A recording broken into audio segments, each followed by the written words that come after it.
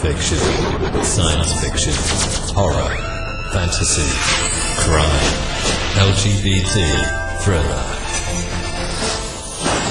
You have now entered the House of Mystery with your hosts, Eric Shapiro, David North Martino, John Copenhaver, and Al Warren. Heard on KCAA 106.5 FM Los Angeles, 102.3 FM Riverside, and 105.0 AM Palm Springs. Okay, we are back in the House of Mystery. I guess we are. You are. We are. It's David Nor'easter. Nor'easter, yeah, that's the new. What's going on down there? Did you lose power? No, we didn't. But there was tons of snow. Well, but maybe not Canada snow, but no, it was enough. Canada snow. Canada snow. We just take it adrift every once in a while.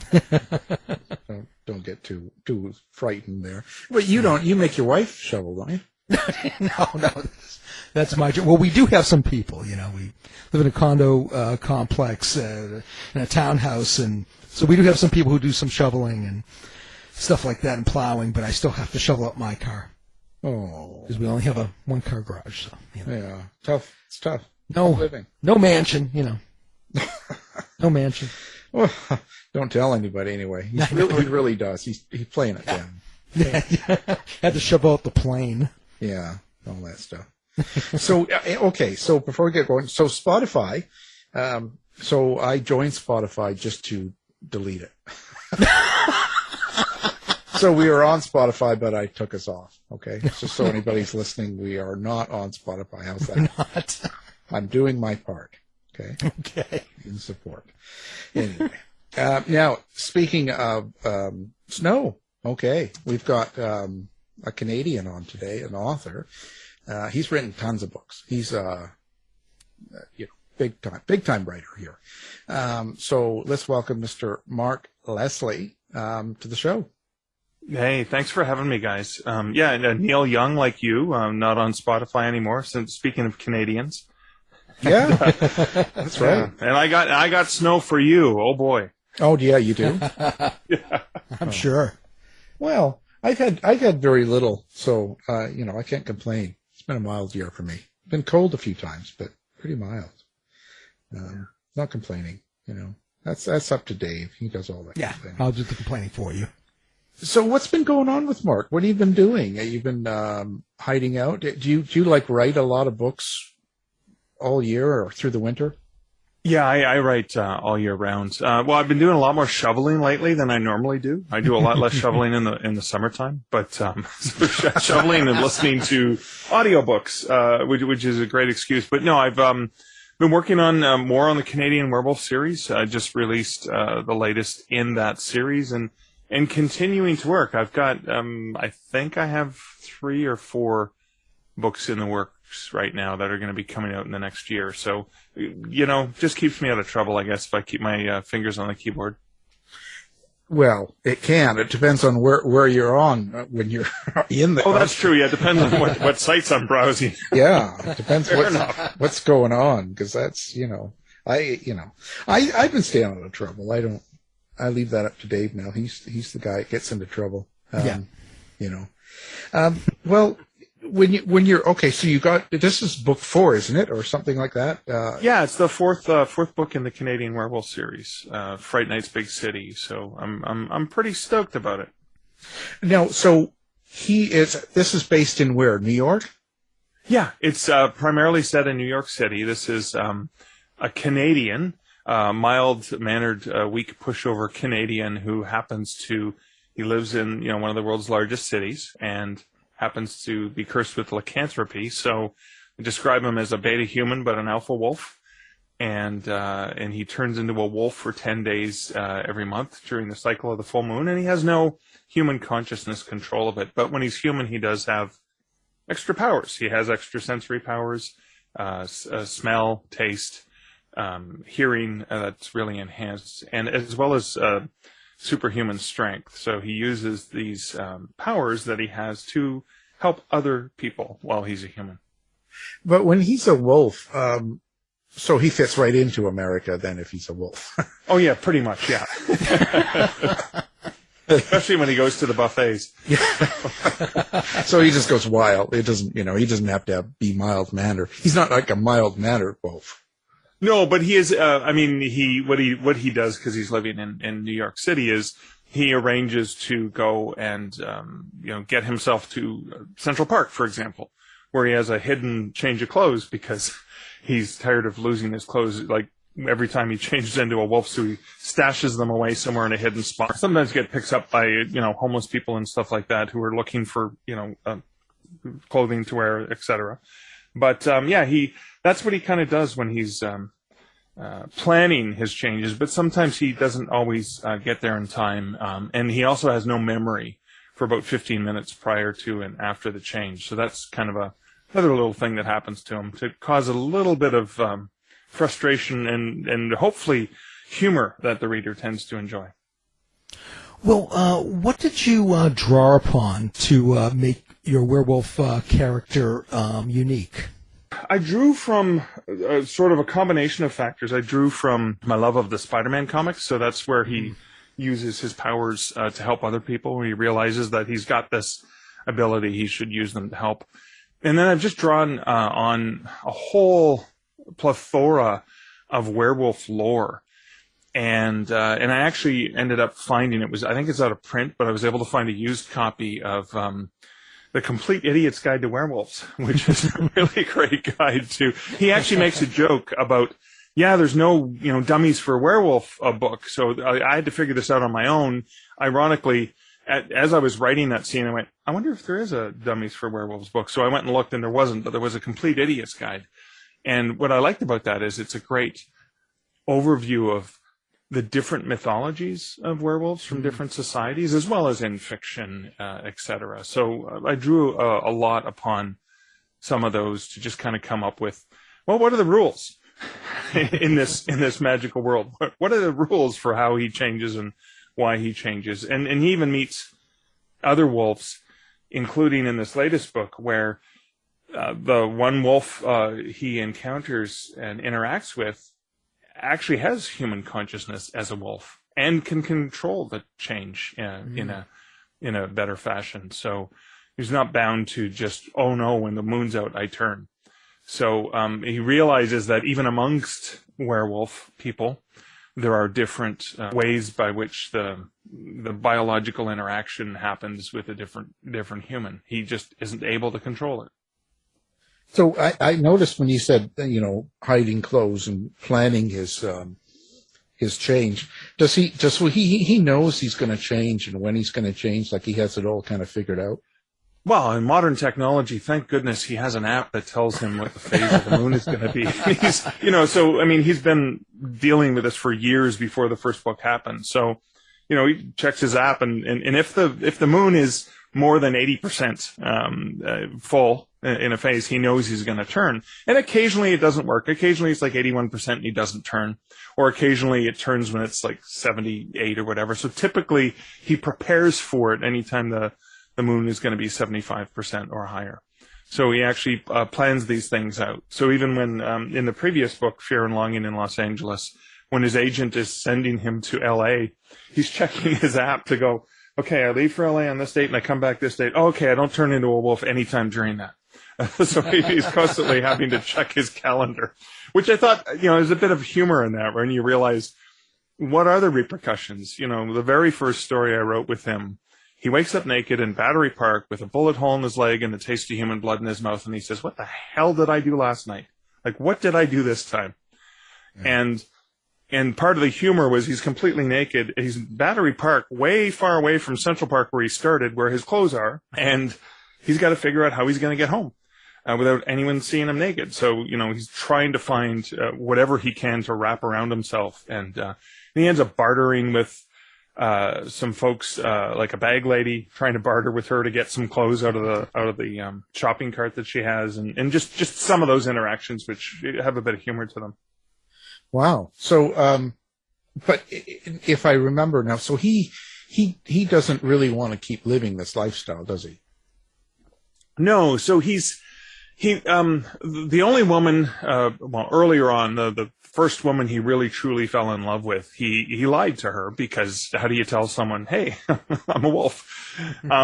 So he ends up lying to her, and she thinks she's cheating on him, so they end up breaking up. Now, they end up becoming friends later on, but he realized that has been kind of mucking with his life, and he just wants to live a normal life. And so he has just met somebody who also has supernatural powers, but her supernatural powers are, they reduce his senses. They reduce his ability to have extra human powers when he's with her.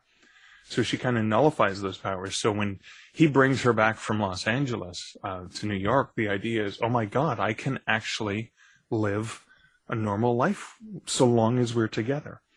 And that's sort of how the novel opens. Of course, the neo-Nazis they encountered in LA decided to follow them back to New York and to turn New York back into Fear City. I'm not sure if you're familiar with what happened in the Fear City pamphlets that they passed out in the late 70s.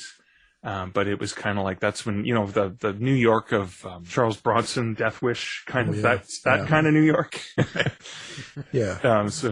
These guys are trying to turn New York back into Fear City and instill hatred and fear. And it's almost like The Purge meets Death Wish when you go out at night.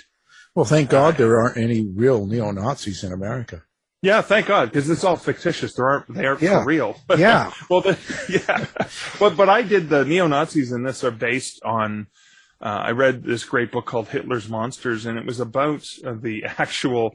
And werewolves were part of the mythology from the Nazi Germany, and they were experimenting with the occult to try to create super soldiers and things like that. So I used a lot of historic details about what the Nazi agenda was in terms of creating a superior race, and applied that with a whole combination of black magic and occult, and made some stuff up in order to create this mythology that's sort of based on some stuff that happened, and obviously extrapolated in a significant way. Wow. So how do you fit into this? Writers always put themselves into these books and characters and stuff. So what's your angle on this? Who are you in this book? Are you Michael Andrews, or are you? I think I am in many ways, with the exception that I probably wouldn't do 1/4 of the brave things that he does. But looking at what would it be like to have this ability? Yeah, it comes from it. Michael Andrews is a writer, so I was like, I wonder where I got that idea from. It was like, it's a thing I know well. So it was kind of like, well, I don't have to research that so much. I know that, but I had to research some other things. And, he lives at the Algonquin Hotel. Well, the Algonquin Hotel wasn't the first place I stayed at in my first visit to New York, but it was one of the first places I fell in love with when I first went to New York.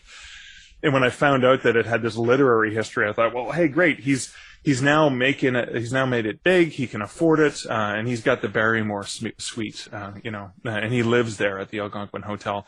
And it's very convenient because he doesn't need to have a key or anything, because the concierge knows him, right? Because he lives there. So when he shows up after a night of Howling at the Moon, doesn't have to have a key card on him. They'll just let him in because they know him. So there's a bunch of conveniences living in a place like that. That of course required research, because I've never lived at the Algonquin. I've only stayed there as a guest. Well, I'm just wondering, has Michael or any of your characters ever done anything unexpected or surprising while you were writing them? Yeah. Actually, Michael surprises me every once in a while, but some of the characters caught me off guard. So, for example, in the novella Stowaway, which is sort of the second book in the series, he meets a teenager who is on the run from a human predator, and Michael ends up helping her. They're on a train bound for Stowe, Vermont, which is where the title comes from, and she was meant to just be a temporary distraction to keep him, occupied and kind of missing a stop on the train, that kind of thing, because he's trying to protect her. And the minute she opened her mouth and spoke to him, I fell in love with this character. She was a really cool kid. She was precocious and intelligent and a huge, huge reader.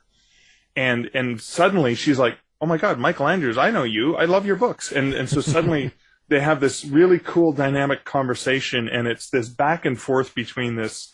It's almost like a father-daughter kind of relationship. And then she ends up becoming a mentor to him just as much.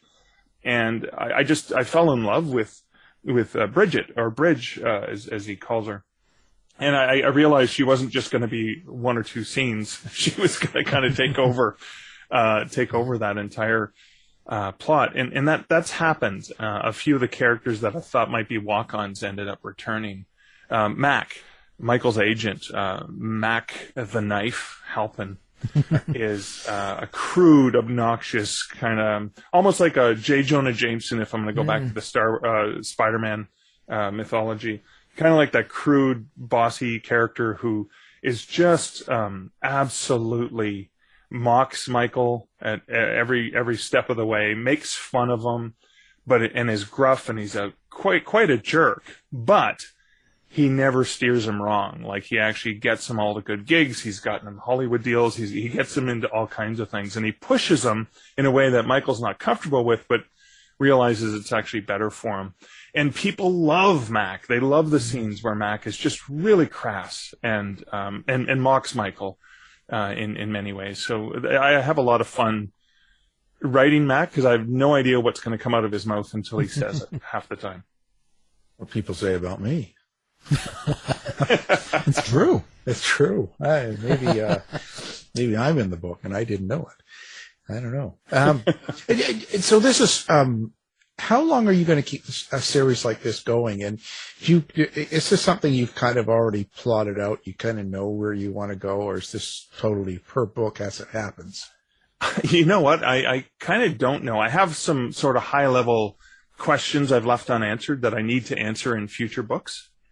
But apart from, Fright Night's Big City was the only book that I kind of knew what the ending was going to be in advance. And I kind of knew that as I was finishing Fright Night, Fear and Longing in Los Angeles. But that's the only sort of story arc that I kind of knew the ending for. The rest of it, I'm a discovery writer. I prefer that term. It sounds a lot more eloquent than, I write by the seat of my pants, right? So, I'm going to copy that. I'm a discovery writer. It's a lot. Yeah, look at that.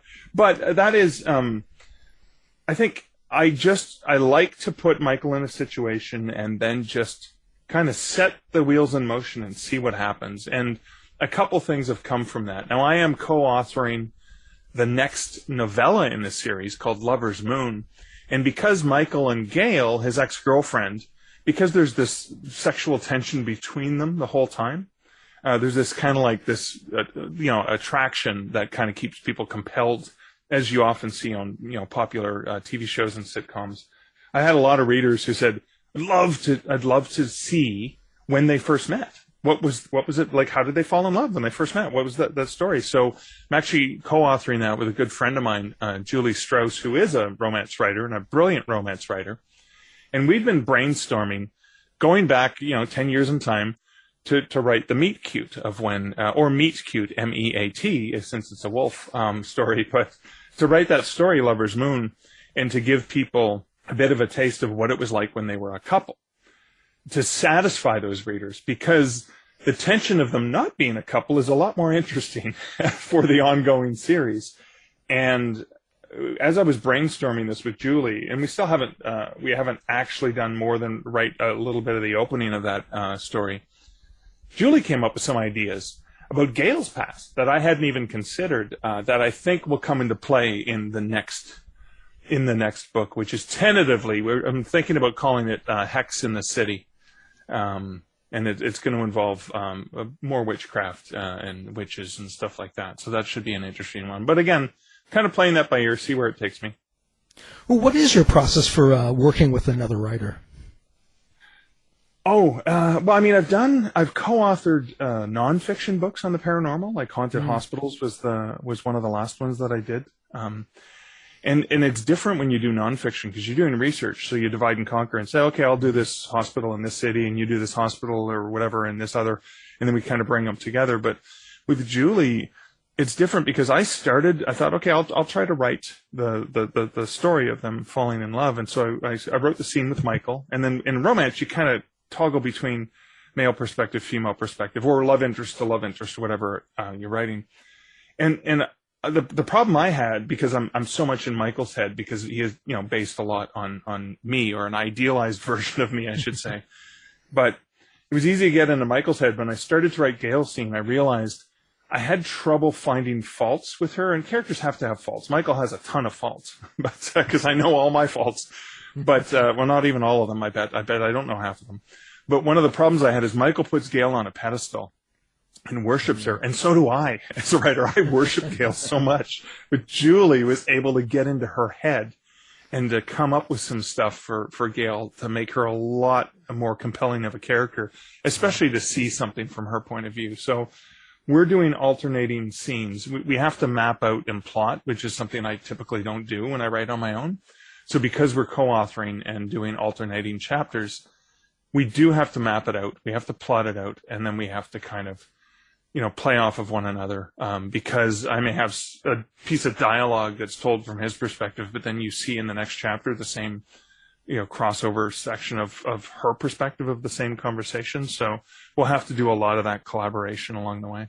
Just tell her you're a discovery writer. Yeah, she knows that. but she plans things. She's, project manages things and does a really good job of keeping things organized. So we were just chatting this morning and we said, Julie, if you don't hate me by the end of this, if you're still my friend, wow, you're really powerful.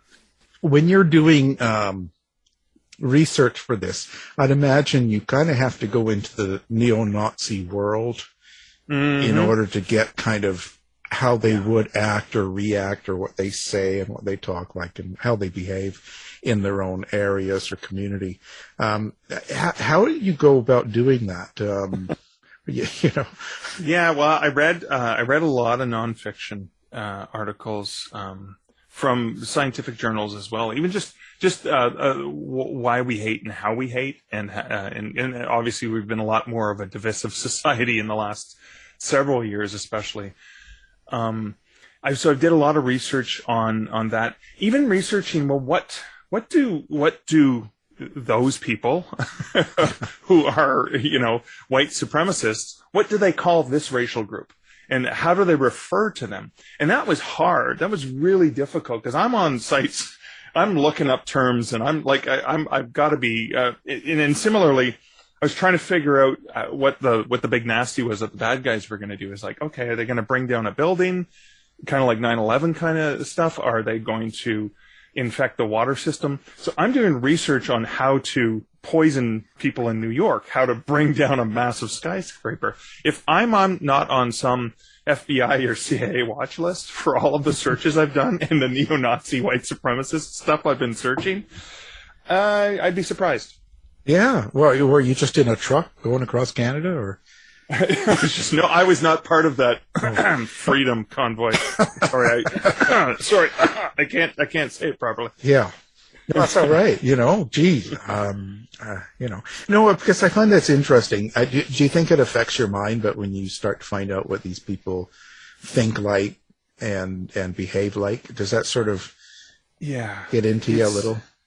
It's tough, but I think one of the things you have to do is, I haven't in this series yet, I haven't gotten into the heads of the bad guys in a deep fashion.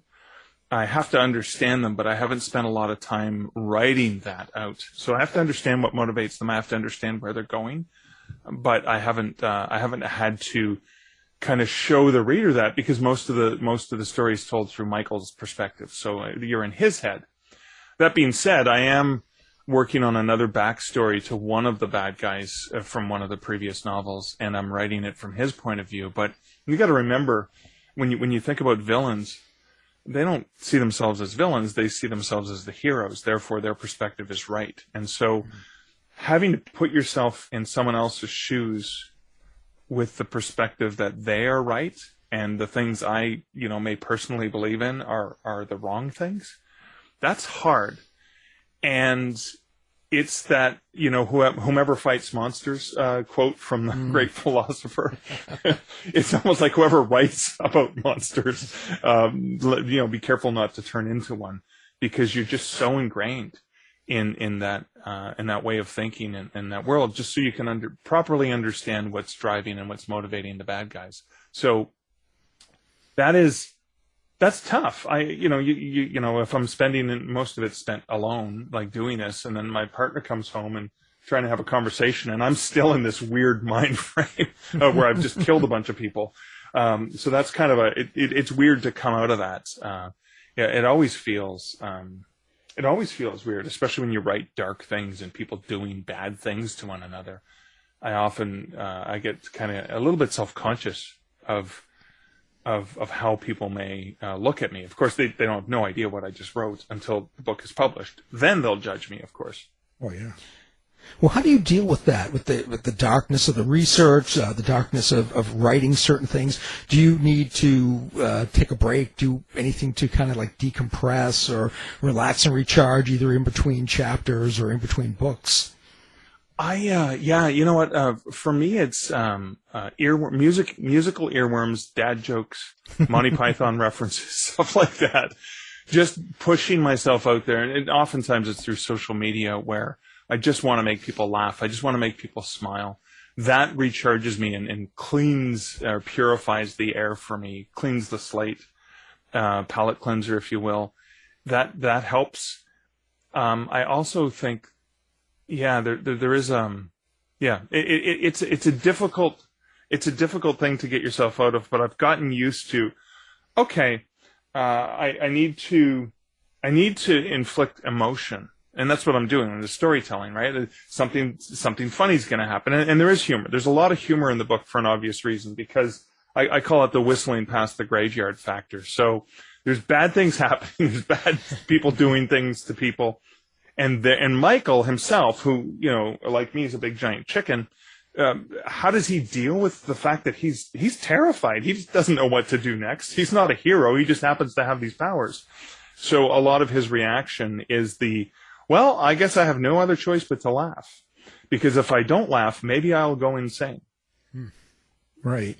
Another key part of this, you talk about him finding the perfect woman in this book, because she kind of neutralizes him, right? Right. How do you write into it a relationship that's will come across as real, will feel real? What do you draw on for that? Well, I'm lucky. I'm lucky that I've known some really amazing people. I've had friends who've shared intimate tales and stories about good and bad things about their relationships. And I've been able to draw upon a composite of different experiences I've had or experiences that have been shared with me. And so I was able to take, for example, the character of Lex or Alexandria. I've been able to take, she is a composite of probably at least a dozen different people that I've known, or even multiple relationships I've had, even relationships where it hasn't been a boyfriend-girlfriend kind of relationship, because there's still elements of friendships you have with people that can be infused into a character. And so I find, I get drawn inspiration from anyone and everyone. And so I'm pretty lucky that way. And that's a really fun thing to do, is to realize that this character isn't, like, Michael Andrews is not me. There's a lot of things based on me, but there's other things in Michael that, kind of got picked up over time. There's an exercise I learned from Brooklyn writer Dennis Hamill. It says, go for a walk with your characters. And Michael even references this in the book, where you go for a walk. Maybe it's a place you're familiar with, but pretend your character is walking beside you. What do they see? What do they comment on that would be different than the way you would see it? And that's a great way to understand the nuances and differences. So, for example, if Lex is walking on one side of me and Gail, Michael's longtime friend and ex-girlfriend is walking on the other. What does Lex see that Gale doesn't see? What does Gale see that Lex doesn't see? What do they comment on? How do they react to seeing the exact same thing? And that helps me understand the nuances and difference in character. And it could be just as simple as maybe they agree on something, but how do they communicate that? What words do they use that are going to be different, even though they're on the same page, for example? Well, so when you're walking down there, do you pretend to be a werewolf too and take off your clothes? Oh yeah, and I bend between my legs and I have a good scratch and a lick, right? And howl and all that stuff. And how many times do you get arrested? Yeah. No, people I get strange looks when I go for walks. I don't know why. Well, hanging out in the park. Well, you never know. Exactly. So do you kind of know what you want to do with Michael Andrews over the whole series? Like, do you kind of know where you want him to end up at the very end, like now? No, I have no idea. No idea. But that's the joy. I mean, I want him to have adventures. I think one of the biggest challenges I had, so when I wrote A Canadian Werewolf in New York, it was meant to be a standalone. This is a day in the life of a guy who has living with this. And it ends, and it's kind of this open-ended ending. He's like, yay, we defeated the bad guy and everything's good, right? And then I thought, okay, I wanted to return. I wanted to explore more of what he would do, but I didn't want it to become, and I call this the Murder, She Wrote issue or problem, where every week in this small town of 2,000 people, there's a different murder, right? Like it's impossible. Or even Marvel. I love Marvel comics and I love the movies as well, but really, that many superheroes just running around New York all the time. So I wanted to not, there's years happen between adventures because it's not like some superpowered bad guy's going to show up all the time. So I had to, there's a conceit with that bothers me in other things I've read. So I wanted to make it, no, this is a sort of normal world where some strange stuff happens. And so I had to deal with that. I wanted to have, that's one of the reasons I sent him to LA. I'm like, well, can't have everything come to New York. He's got to go somewhere else. He's got to explore things. We still don't know who he descends from in terms of the werewolf line. So there's this whole thing to explore. We still don't know. There's a guy who keeps showing up and saving his ass regularly. We don't know his backstory yet. And so there's a lot of stories like that I want to explore. But I have no idea what's going to happen to Michael, but I know that probably as time goes on, he's going to learn more and more about his own background, his own heritage, his werewolf lineage, let's say, because he was bit by a werewolf, but he doesn't know who this werewolf is and has never encountered them again. So I've got to explore that, I think, give him some sort of understanding of it. And then I've got to realize that there's probably some longer term thing for him. But I don't know. Each book is sort of like a discovery of, okay, what's today's adventure? Well, how do you decide, which characters or which stories can become a series as opposed to just a standalone? I think it's related to, and this is again another conceit or another challenge is if every single time the world's going to end unless you stop them from pushing this button, that can only be interesting so many times in a row. There has to be something uniquely compelling about the bad thing that's going to happen, or what does the main character have to overcome. So one of the problems you have when you write a series is characters need to change and grow. Right, that's a story, right? We want to see people grow. We want to see people change. We want to see what they've learned and what they've overcome. In a series, the overcoming is usually an external factor, and sometimes it's internal. So I have to kind of bridge the gap between Michael growing and learning in different ways as each new book unfolds, learning more about himself and growing as a character potentially. But then how is he going to overcome other things that he knows are problems, that he knows are, well, I really should be doing this, or I really need to do that. So I think that's one of the challenges is I have several other books I've written that are just standalones, and there is no book 2 yet. It seems to be, it's interesting. Often it comes from readers who ask a question, like even Michael Andrews was initially, he was never named. It was a 10,000 word short story, and a good friend of mine read the story and he says, "Oh, this is great. What happens next?" And I said, "Nothing. The story's over." And he kept bugging me. And I went, "Well, okay, I only did the first hour of his morning or 2 hours of his morning. I guess I could see what happens the rest of his day." And that's kind of where that, let that cat out of the bag, I guess. It must be really hard for a modern day werewolf to groom. Oh, my God, it is so challenging. It really, really is. Well, I would think so, but who am I? I noticed that you've also written. You were just in that Halloween Harvest. What makes you decide to do something like that? Like jump in with a group of other writers like that? So that was good friends of mine, Dean Wesley Smith and Christine Catherine Rush, who run a small publishing company.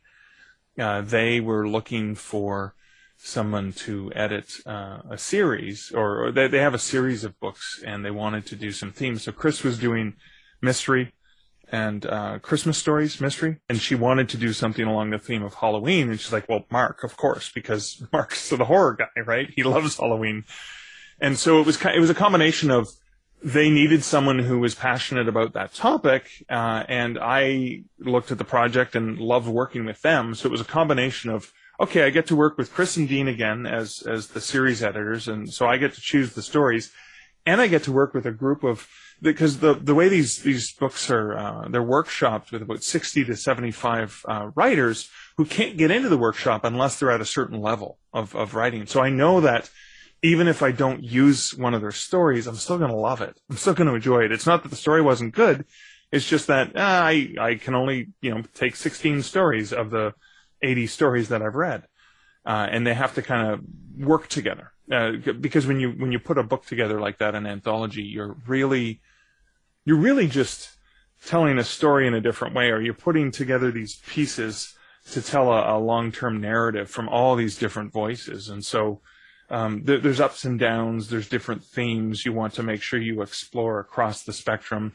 I want something touching and warm. I want something chilling and scary. I want something intriguing and open-ended where you kind of question. Those are the kinds of things. I think of it as like, painting a picture. But what I'm doing is instead of using colors that I'm picking, with a paintbrush, I'm taking the textures from this amazing writing that these other writers have put together. And it's hard. It's soul-crushing work because you have to say no to really, really good stories because maybe it's too similar. Like you've got two really, really great stories, and you're limited by word count because you have a budget of how much you're going to pay the writers, or you can't have that. They're both set. For example, with this Halloween Harvest, I wanted to cover various rituals related to the fall. And Halloween, so you had sort of like this Thanksgiving and harvest and Halloween, of course, obviously.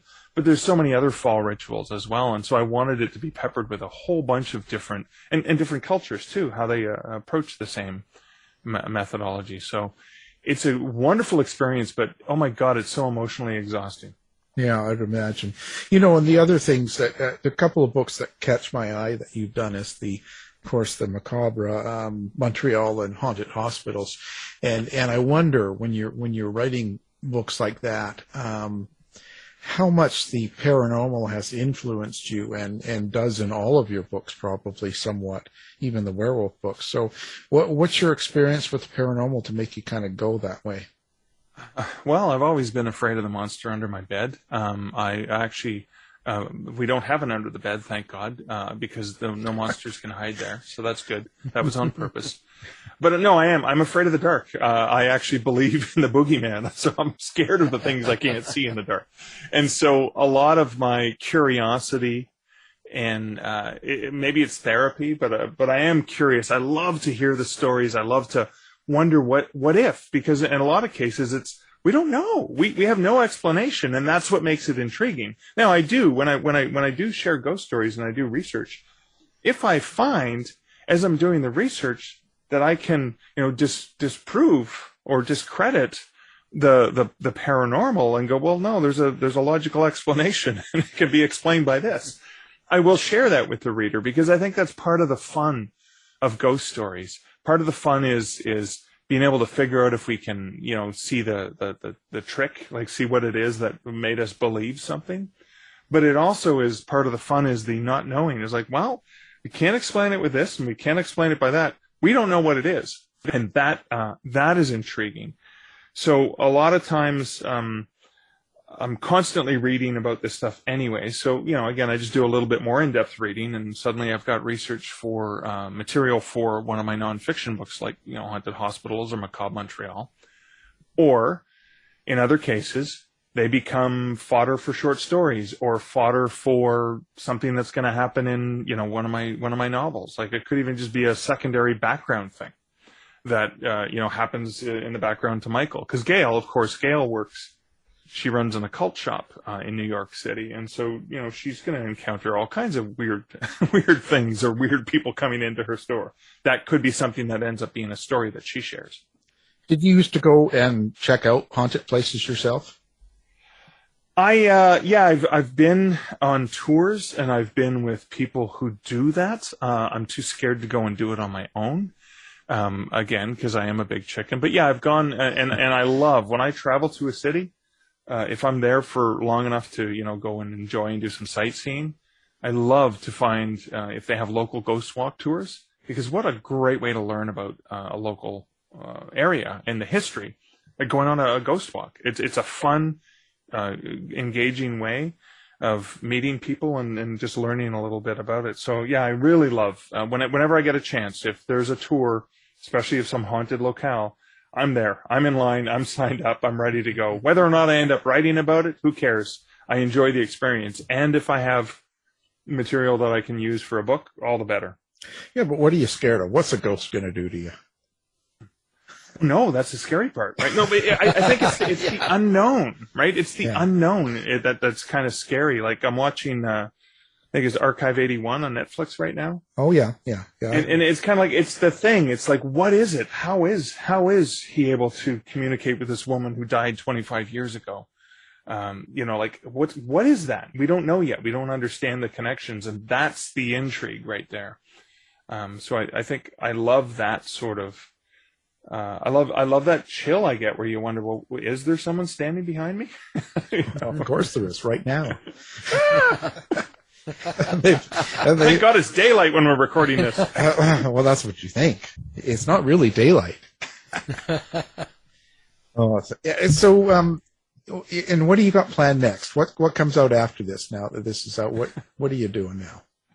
So I've got Lover's Moon that I'm working on. I've actually got a nonfiction book for authors called Accounting for Authors. That's scary.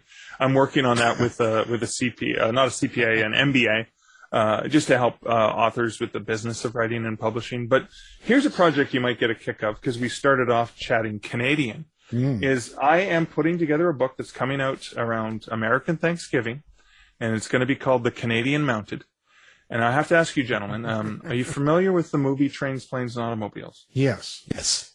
So the scene where Del Griffith, John Candy, is in the airport in New York when Neil Page first gets there and they first actually kind of see each other face to face. Yeah. There's this paperback. It's a what we used to call in the book industry a one-hander, an erotic novel called The Canadian Mounted, that John Candy is holding in front of his face. Now, it's obviously the prop people were having fun because John Candy was a Canadian actor. And I thought that was cute because I always pay attention to books, and I realized that it's a prop book. It doesn't exist. In Deadpool 2, Ryan Reynolds, Canadian, and also a huge John Candy fan, in the movie Deadpool 2, there's a joke where he's like, I'm going to be in the bathroom, and you know what he's going to be doing in the bathroom. And he has a copy of The Canadian Mounted in his hand. It's a mocked-up version of it. So I couldn't let this go. And I've been thinking about this for years. So I was going to do an anthology called The Canadian Mounted and ask Canadians to write a story called The Canadian Mounted, but it could not be erotica. And I was going to collect them all and put them in a book. And at the end of the book, I was going to have a trivia bit that explains that it's based on this book that I saw in a movie, and I'm a huge fan, and here's some trivia about planes, trains, and automobiles. I started working on the trivia, and I got so much information and so many cool stories about this movie that I abandoned the anthology, and I've just got it, and it's up for pre-order now. It's called The Canadian Mounted. I had my cover designer design it to look just like the one that John Candy's holding, and it's going to be a trivia guide to the movie. So that's a project I'm really excited about because of the cheeky sort of the wink wink nudge nudge factor of this one. Yeah. It looks like you got a picture of Dave on the cover. It's me. I'm just going to say, That's, yeah, I know. Well, in that blue bikini, right? yeah, that's what. Yeah, he's. Yeah. You figured it out. I was the model. Yeah. Oh no, I don't. I thought you looked familiar. Yeah. Nobody with the wig, of course, but Yeah. definitely no one has those big of boobs as him, right? So, he loves his apple crisp. Oh, I'm terrible. Now let's talk about where people can find you. How do you like to interact with people on social media or on website? Yeah, I'm on Twitter, Instagram, TikTok, YouTube, all the usual places. But you can find out anything you want to know about me and things you don't want to know about me over at markleslie.ca. Well, that's you doing the TikTok thing. Yeah, I'm having fun with it. TikTok, I do a morning shtick, hashtag morning coffee reflections, and I sit there at my desk with a different coffee mug usually, because I've got like 30 of them. And I share a really brief, either a 10-second, 30-second, real groaner of a dad joke. And instead of the mic drop, I take a sip of my coffee. Like I lift the coffee. That's how you know that the punchlines come. So I deliver it, and then I smile and take a drink of my coffee. Oh. And that's been a lot of fun. I mean, tens of people around the world enjoy this every day. Yeah. Well, what do you think of the new social media thing and how it's going, like with TikTok and Snapchat and all these other things going on? Are you a fan of it, or is it just? Yeah, I'm a fan because for me, I've always been a storyteller. Most of my stories come out in written form, come out in stories and articles and books. But between the highs of releasing a new book or releasing a new product, I can spend 2 minutes and record a short video and post it. And I'm entertaining people. I'm basically causing an emotional reaction. Typically on social media, it's humor. And I'm doing something silly or goofy, and I'm trying to just put a smile on someone's day. And to be quite honest, as a storyteller, that's all I need. I just need to have made a difference, given someone something to, mostly on those social media, mostly it's to smile or laugh, or maybe it's to be inspired in some cases. But for me, it's more of it's just part of being part of the community and sharing. And again, it's not like that I have hundreds of thousands of followers or anything like that, but I really enjoy the engagement. And when somebody actually puts the face slap emoji up as a response, I'm like, yeah, that's exactly the response I was hoping for. Yeah, I think it's good. I try to do a lot of humor on mine. I think that it's good to try and make people laugh, especially with the world today, way everything going. So when you're sitting down to write these books, is that kind of the outcome, even on the werewolf books? Is it what do you hope people get out of your books? Well, entertainment, obviously, that it helps them pass 6 to 8 hours of pleasure and enjoyment. That maybe it makes them think, maybe it inspires them, maybe it makes them laugh, maybe it scares them a little bit, maybe it entertains them. I do want them to. I don't want them to put them down and go, okay. I want them to put the book down and go, wow, and have a character or something that happened in the book stick with them. And this happened to me once. A friend of mine, we weren't even friends, but it was a story I submitted to an anthology to Kevin J. Anderson, and he had rejected the story. But 8 years later, we're sitting down having a beer, and he goes, that short story I rejected? He goes, I almost bought it for the anthology, and I remembered this about the story. So 8 years later, he remembered one small thing about a story he didn't even buy. If somebody can read something of mine and something sticks with them, that it makes an impression, I think I've done something successful, at least for that one reader. And is that kind of what you're looking for, too? Is that what you want to get out of writing? Yeah. Well, I need to write I do have to write these stories, but ideally, hopefully it helps someone. Maybe it takes them away. Maybe the fictional story of a werewolf or whatever, takes them away from something that's bothering them and they just need an escape, or maybe it just entertains them or inspires them. Maybe it inspires them to write something. Any of those things. I just want to put something out there that people are going to actually, get some sort of benefit from or some sort of emotional reaction. That's kind of what I'm looking for. And the publishing world, do you like the direction it's going in? Well, I think publishing, I like to say, is more collaborative than it's ever been before, and publishing is expanding, and maybe traditional publishers may not necessarily be doing all these things, but indie authors are definitely taking advantage.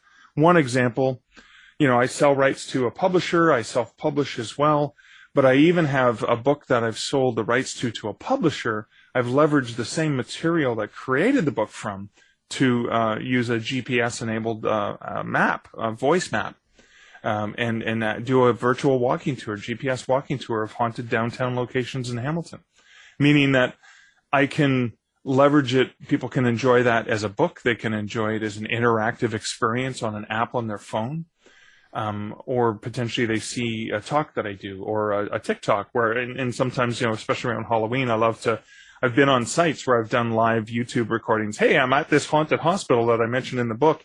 Let me tell you a story about this, or let me tell you a story about this haunted bar. That's all part of it. I think that's all part of the fun and excitement I get from that sort of engagement. Yeah, it's pretty interesting. I guess you'll probably, are you starting to get out more and do more? Are you planning on doing any book signings, or is that sort of still off the table right now?